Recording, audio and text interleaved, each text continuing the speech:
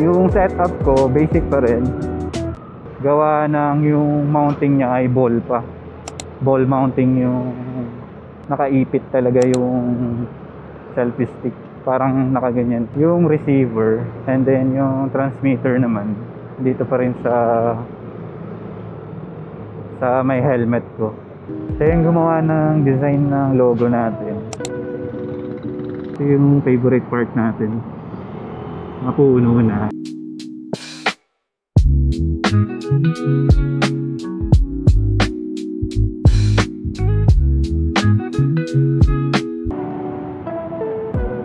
Alright, nandito na tayo sa shop. So dito na lang. Mamaya na lang ulit. Kita-kit. Ride safe, manta out. After ng PMS, diretso ride na ako pa Tagaytay. Meron lang akong sasadyain dun sa may bag of beans.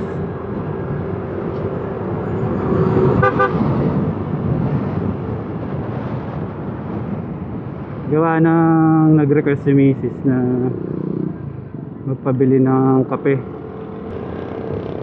para matest ko din yung panggilid na bagong linis. Kasama na kasi sa 3rd PMS yung CVT cleaning, saka yung change oil and gear oil. Mabait yung mekaniko dun sa shop, si Sir Clarence. Shoutout kay Sir Clarence, napaka solid. Nagbigyan niya ako ma-picture and video sa CVT sa panggilid natin. Dami din akong nakuhang idea doon para sa susunod pag naubos na yung stub ko. Pwedeng tayo na lang yung maintenance ng cleaning tsaka change oil.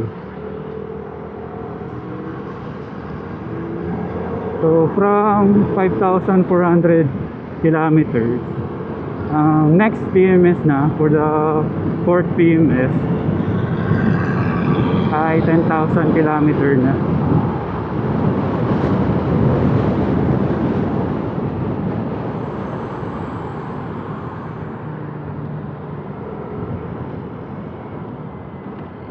Yun din ang isang kinaganda sa oil na ginamit. Ewan ko lang kung sa oil lang ba yun or sa meron din sa engine.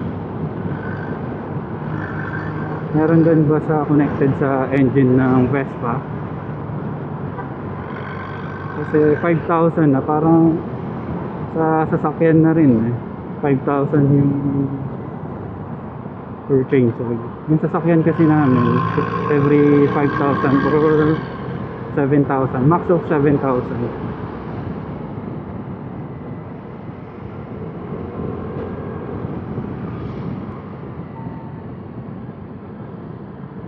Sobrang traffic kanina dun sa may Governor Dr. Highway ba yun, papasok ng Dasmariñas, Cavite. Sabi ng nakausap ko kanina na lokal, ito ay Barangay Manggahan. Ito lang sure kung Dasmariñas, Cavite pa rin ang Barangay Manggahan.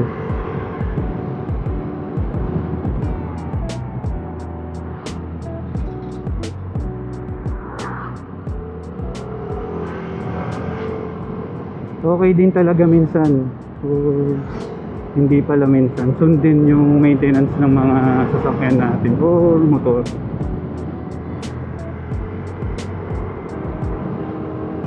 Mas responsive na yung acceleration ng motor natin compare sa dati. Sobrang dumi ng panggilid ko. Nung nalinis na, mas responsive na siya ulit. Tapos nawala yung nag-acceleration ako, unang andar, parang meron dragging. Pero sobrang konti lang yun.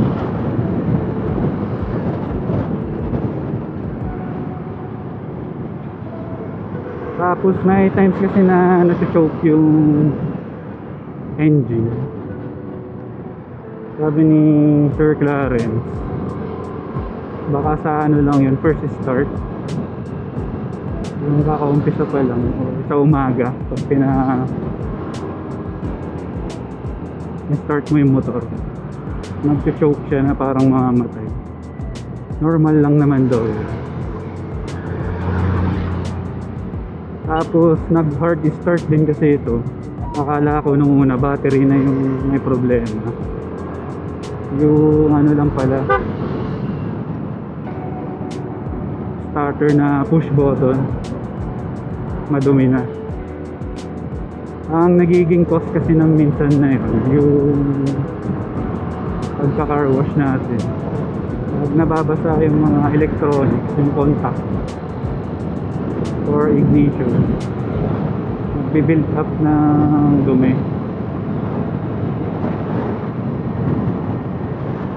Yung dumi ng tubig na natuyo, pag natuyo ay parang namumuti. Yun.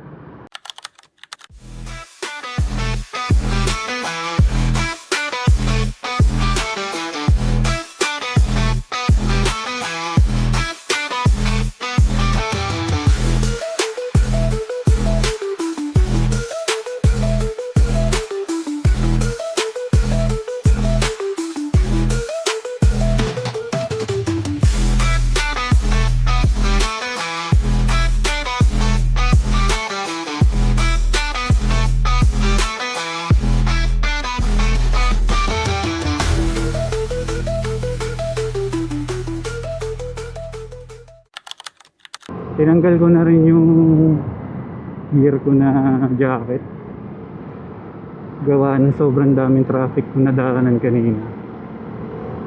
Wrong choice ng gear up. Buti na lang may baon ako lagi na sleeve cover. Itong gamit ko ngayon. Nandito lagi kay Manta. Medyo presko na dito ngayon. Mapuno na rin. Medyo mapuno na dito sa port na to.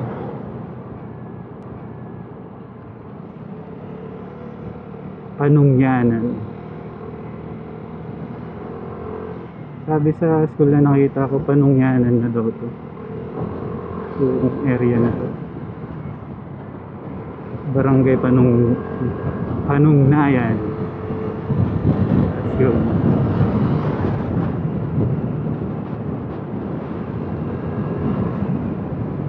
Kikita rin kami ni Renzo dun sa Bagok Beach.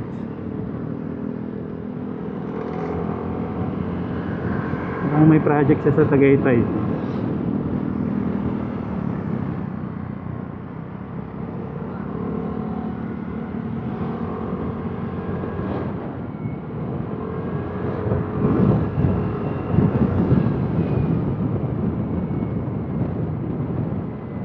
Nag-depress ko na dito.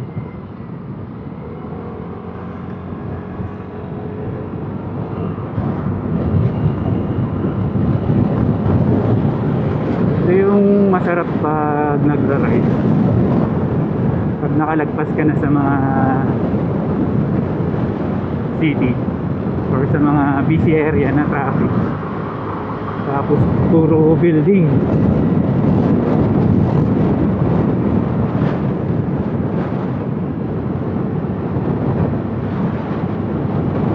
medyo malamig-lamig na yung simoy ng hangin.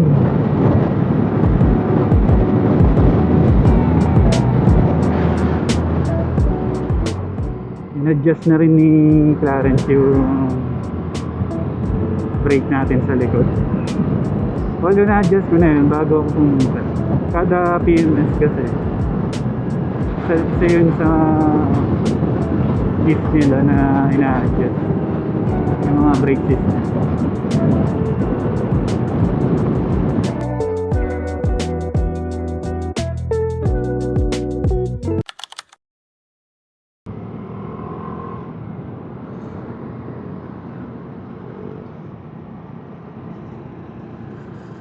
Papasok na tayo ng Amadeo. Welcome to Amadeo, coffee capital of the Philippines. So, kaya pala masarap ang kape dito sa Tagaytay. Dito daw ang capital ng coffee. Right left na tayo dito sa may Crisanto.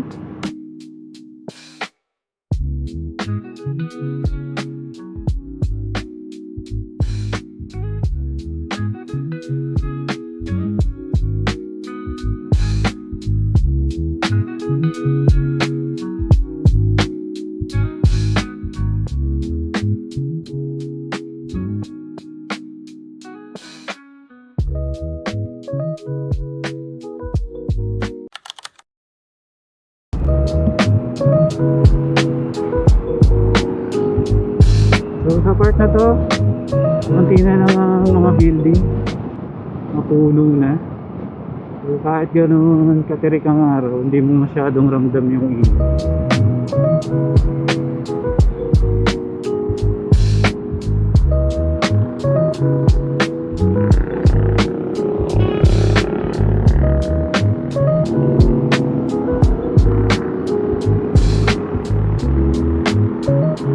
Akyatan na rin, mga ahonan na rin yung daan dito.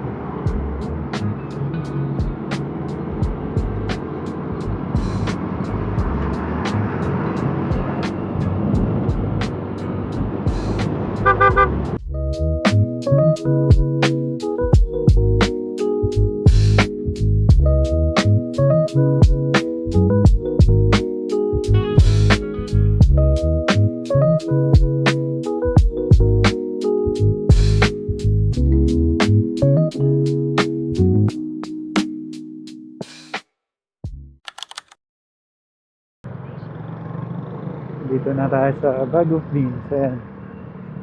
Dito lang banda yung parking slot. Welcome to Bag of Beans.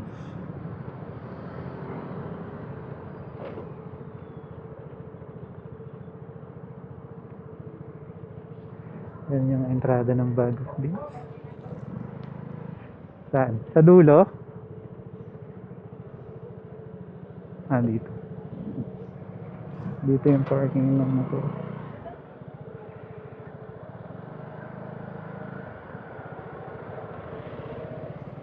Buti may parking slot ngayon dito.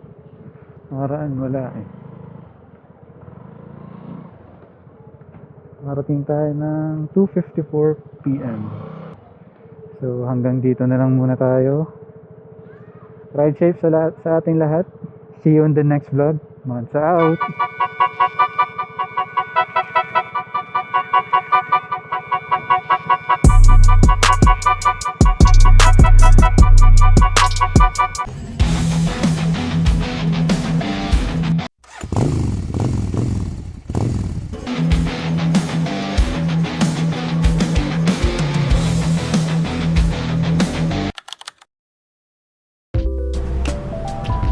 Yung parking slot, tapos dito na yung main entrance ng Bag of Beans. Pero magandang papakita ko sa inyo dito. Meron silang design ng mga parts ng motor lang to, walang engine to eh. Ayan, tsaka ito. Actually iba-iba yung design ng Bag of Beans. Ditong part na naman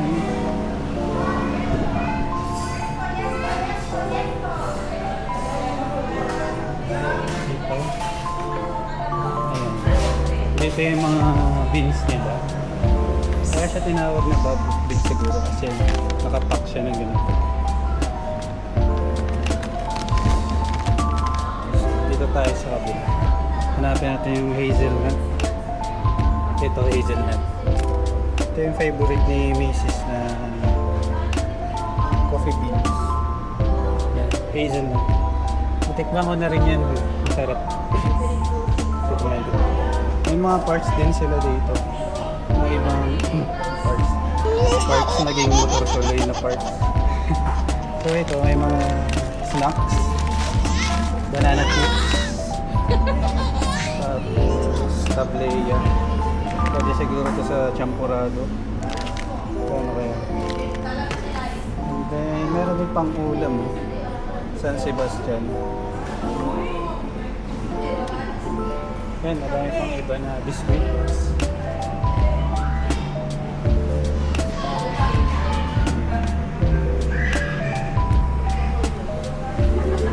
Yan. Short clip lang ng bag of beans.